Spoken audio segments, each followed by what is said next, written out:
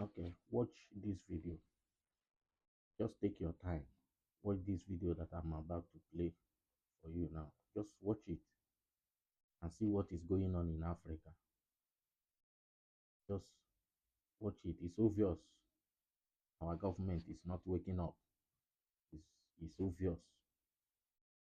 But just watch the video. Why does the West hate Russia so much? The West hates Russia so much because in the 40s, 50s, and 60s, Russia helped African countries get their independence from the West. Yes, we Africans had the fighting spirit. We had the education, the motivation, but we had no money to buy arms and fight for our freedom. Because in this world that we live in, if you don't have arms, you cannot fight for your freedom. Had it not been for Russia, we would not be free today. Yes, that freedom that you celebrate on your Independence Day in your country, you would not be celebrating your Independence Day without Russia. Yes, Russia armed and trained your freedom fighters to gain the independence that you celebrate every year. The West hates Russia so much for this very reason. Now, was Russia there in the 40s, 50s, and 60s? Yes, it was known as Soviet Union. What happened is, when we gained our independence, the Europeans lost control or access to our mineral resources. And this angered them so much. They kept fighting against Soviet Union from the 60s up until the 1990s in the war that is infamously known as the Cold War.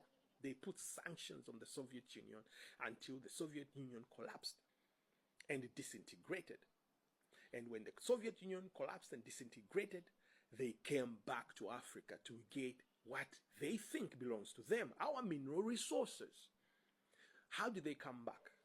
This time, they didn't want to come in an aggressive way like they came to take over us using guns. They didn't want to come and fight and kill us like they killed the Mau Maus, like they killed the Maasais, like they killed the Namibians, like they killed the Congolese. This time they came in a very civilized way, using what? Democracy. This democracy is a tool for the West to take over again. So when they came back, they forced the democracy on us. If we didn't accept it, they sanctioned us, and we accepted it, and now we are democratized. After being democratized, what happened? Your government was selling companies.